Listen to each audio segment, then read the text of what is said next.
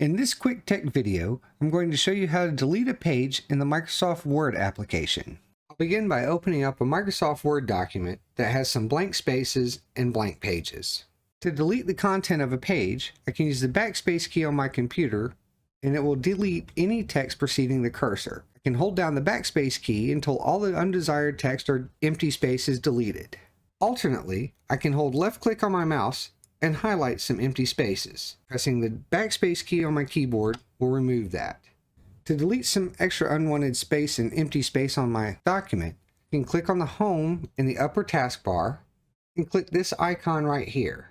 This will show me where the paragraph indentations are and there are blank spaces in my document. Again, if I left click somewhere and hold down the backspace key, it removes those. Same if I highlight several of them and press the backspace key, it will delete those spaces.